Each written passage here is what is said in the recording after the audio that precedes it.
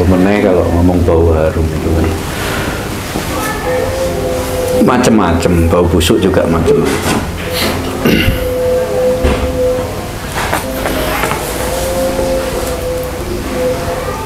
Sebusuk-busuknya bangkai adalah bangkai manusia. Tapi kalau sudah di dalam makam, jadi pernah kejadian itu makamnya Mbah Bu Jale itu pernah ke pas gali di sampingnya itu sampai kena gitu. Nah itu kelihatan kain kafannya itu masih bersih, padahal sudah berpuluh-puluh tahun, seharusnya kan sudah iya, itu jadi sempat jadi omongan orang gitu ya. Untuk menyikapinya itu memang ditolak bumi, ada yang kita tahu memang dari kehidupan sebelumnya, perilakunya dulu. Iya. Itu bisa dilihat dari dua sisi, hal semacam itu bisa dilihat dari dua sisi. Maka paling aman kita itu tidak boleh suudzon. Jadi orang yang jasadnya utuh berpuluh-puluh tahun belum tentu wali, belum tentu orang soleh. Fir'aun itu ribuan tahun yusik utuh. Penjuru laut bisa buat tanda sejarah. Itu sebaliknya orang yang langsung terurai ya belum tentu tidak soleh. Allah itu memberi tanda keistimewaan sendiri-sendiri, potensi sendiri-sendiri pada setiap makhluk. Itu nek berdasarkan hukum alam ya bahasanya kan jadi tidak diterima oleh bumi. Nek berdasarkan hukum alam kan harusnya terurai. Itu bumi sampai nggak mau mengurai itu bagaimana? Apakah karena perintah Allah? Apa karena bumi memang nggak mau mengurai? Itu kan kita sama-sama nggak tahu.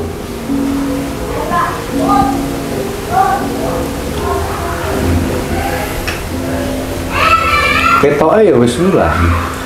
Deloken pirang tahun berikutnya deloken kuburane makam. Ya. Masih disebut-sebut orang apa tidak? Enggak ada sebut.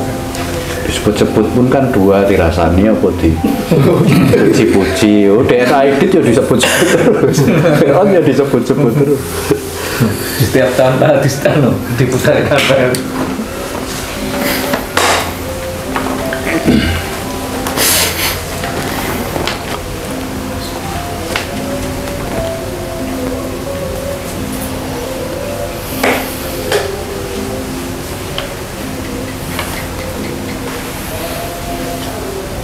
Coba ya di Indonesia ini misalnya ada nggak makam yang melebihi Wali Songo? Ramenya Ramin peziarah.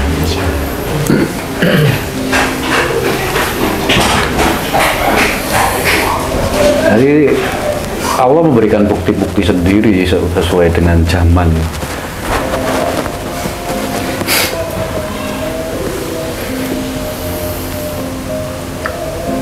Masih menghidupi ribuan, jutaan orang selama ribuan tahun.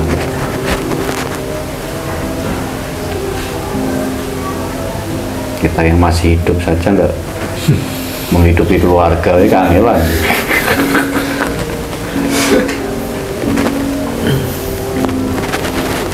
Kemana kayak nama Pak Pedagang.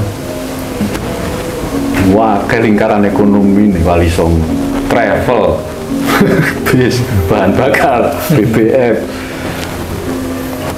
Yang jelas sih bakul kopi, pedagang pakaian, parkiran, jelas sih gue. Gak bisa dipungkiri mana. Oleh-oleh. Masukan desa, jajan warna-warni. Di makam Mbah Kudus itu banyak makam wali. Ya, tapi wong rono ya ziarah Mbah Kudus.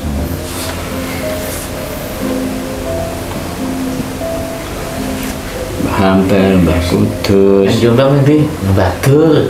Soalnya kan kebanyakan kita itu kan keliru ketika ke Madinah itu ya. Rata-rata kebanyakan orang kan yang diburu Raudhah.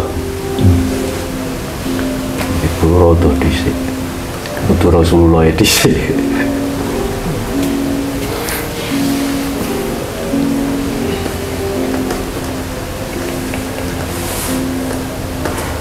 Sama di Mekah kan rebutan Hajar Aswad lari ke rumah Ibrahim Hijri Ismail, padahal tidak akan ada Hajar Aswad tanpa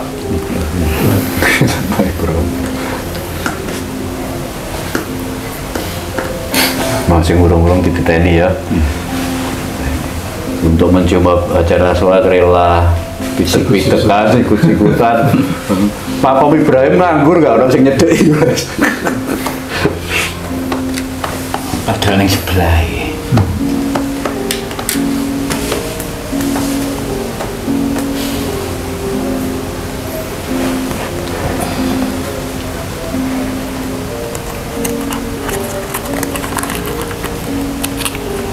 Ini akhir-akhir ini yang menjadi pemikiran ya, banyaknya perdebatan, banyaknya persoalan tentang nasab, tentang makam ini juga menjadi bahaya juga menurut saya. Nah, yang terbaru itu yang lagi ramai itu ini makam Syekh Jumadil Kubro. Ada yang di Semarang itu yang sekarang lagi menjadi polemik itu di Kaligawe dengan Mbah Jumadil Kubro yang di Teluraya. Nah, di Gunung Turgo. Masalahnya kan persoalannya bukan kalau kita itu kan tahu dari manapun kita berdoa sampai kan begitu.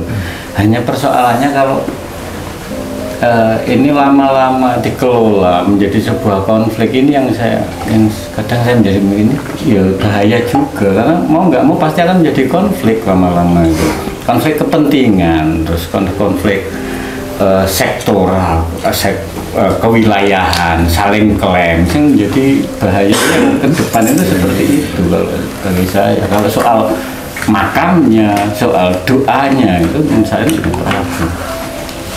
Ya ini yang seharusnya apa ya, ada sikap sebenarnya tidak menimbulkan perpecahan di kalangan umat sendiri. Ini sudah mulai nampak agak terutama Mbah Jumadil Kubro ini sudah mulai nampak ada perpecahan. Yang sana mengklaim, yang sini mengklaim, yang Jogja ya mengklaim sendiri. Ya ruwet lama begini. Sama-sama berpegangan pada silsilah gitu kan. Wah, ini silsilah yang benar yang mana gitu kan. Harus sebenarnya apakah nggak perlu ada sebuah kajian seorang ahli sejarah gitu, punya metodologi untuk menemukan keabsahan bahwa itu yang asli itu yang mana, sehingga kalaupun itu memang beliau ada di situ ya nggak masalah ketika sejarah itu, cuma sehingga tidak ada klaim-klaim gitu. Ini menurut saya lama-lama mengkhawatirkan juga bagi yang sudah paham mungkin problem, tapi masyarakat umum ini yang menjadi menurut saya menjadi persoalan depan.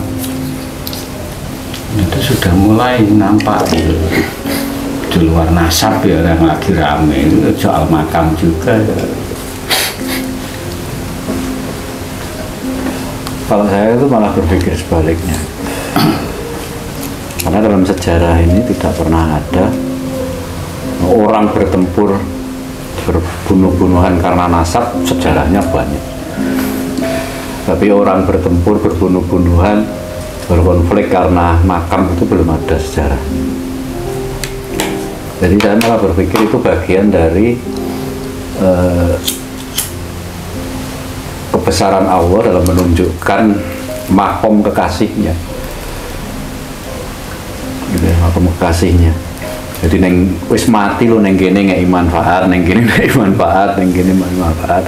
Jadi banyak case kan seperti itu. Sampai hari ini tidak pernah ada konflik antara Demak dengan Cirebon berkaitan dengan makam Mbah Kalijogo. Tidak pernah ada konflik antara orang Tuban, Lasem dan bawean terkait makam Mbah Punan.